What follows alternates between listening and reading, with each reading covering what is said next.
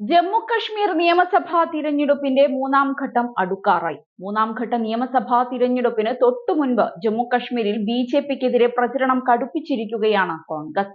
AICC അധ്യക്ഷൻ Mallikarjun Kharge, general secretary Priyanka Gandhi തുടങ്ങി പാർട്ടിയുടെ പ്രമുഖരെല്ലാം ജമ്മുവിൽ കോൺഗ്രസിന് വേണ്ടി പ്രചരണം ശക്തമാക്കുകയാണ്. നിയമസഭാ തിരഞ്ഞെടുപ്പിൽ സമാനതകളില്ലാത്ത തിരിച്ചടിയായിരിക്കും ബിജെപി നേരിടുകയെന്നാണ് നേതാക്കൾ പറയുന്നത്. കഴിഞ്ഞ ലോക്സഭാ തിരഞ്ഞെടുപ്പിൽ ബിജെപി നേരിട്ട തിരിച്ചടിയേക്കാൾ വലുതായിരിക്കും ജമ്മു കശ്മീരിൽ ബിജെപി നേരിടാൻ പോകുന്നതെന്ന് മുതിർന്ന നേതാവ് ജയറാം രമേശും പ്രതികരിച്ചിരുന്നു.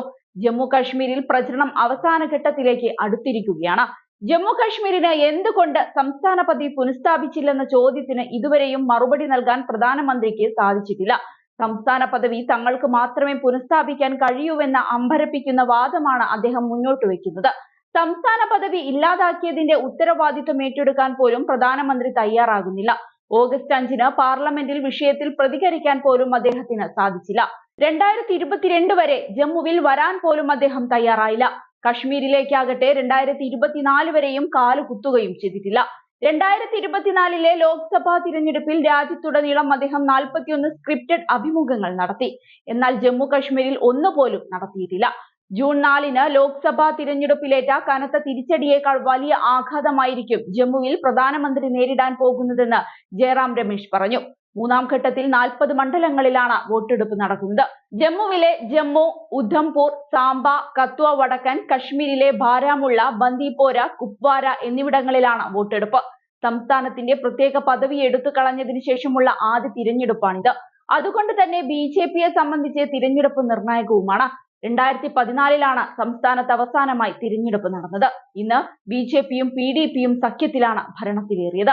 ഇന്ന് ഇരു പാർട്ടികളും തനിച്ചാണ് മത്സരിക്കുന്നത്.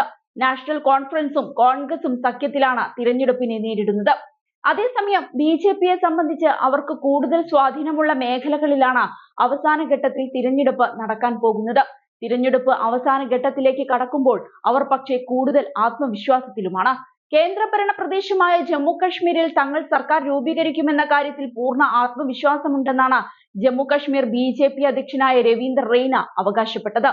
അതിനിടെ ജമ്മു കശ്മീരിലെ തിരഞ്ഞെടുപ്പ് പ്രചരണത്തിനിടെ നാഷണൽ കോൺഫറൻസ് നേതാവ് ഒമർ അബ്ദുള്ളയ്ക്കും കോൺഗ്രസ് നേതാവ് രാഹുൽ ഗാന്ധിക്കുമെതിരെ കേന്ദ്ര ആഭ്യന്തരമന്ത്രി അമിത്ഷാ രൂക്ഷമായ വിമർശനവും ഉന്നയിച്ചിരുന്നു.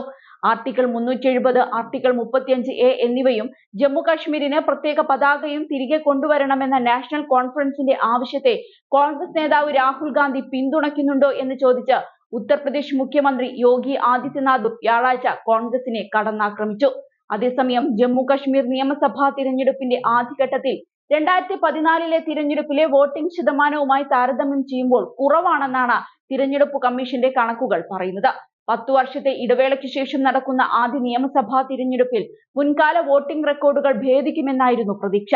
എന്നാൽ പല നിയമസഭാ മണ്ഡലങ്ങളിലും 2014 തിരഞ്ഞെടുപ്പിലെ പോളിംഗ് ശതമാനത്തെ അപേക്ഷിച്ച് വോട്ടിംഗ് ശതമാനം കുറഞ്ഞെന്ന് കണക്കുകൾ പറയുന്നു. എന്നാൽ ജമ്മു കശ്മീർ കഴിഞ്ഞ 35 വർഷത്തെ വോട്ടിംഗിന്റെ എല്ലാ റെക്കോർഡുകളും തകർത്തായിരുന്നു ഇക്കഴിഞ്ഞ പാർലമെന്റ് തിരഞ്ഞെടുപ്പിലെ വോട്ടിംഗ് ശതമാനം. പാർലമെന്റ് തിരഞ്ഞെടുപ്പിലെ പങ്കാളിത്തം നിയമസഭാ തിരഞ്ഞെടുപ്പിലും വോട്ടിംഗ് ഗണ്യമായി ഉയരുമെന്ന പ്രതീക്ഷ ഉയർത്തിയിരുന്നു. എന്നാൽ ആദ്യഘട്ട പോളിംഗ് സൂചിപ്പിക്കുന്നത് പക്ഷേ മറ്റൊന്നായിരുന്നു.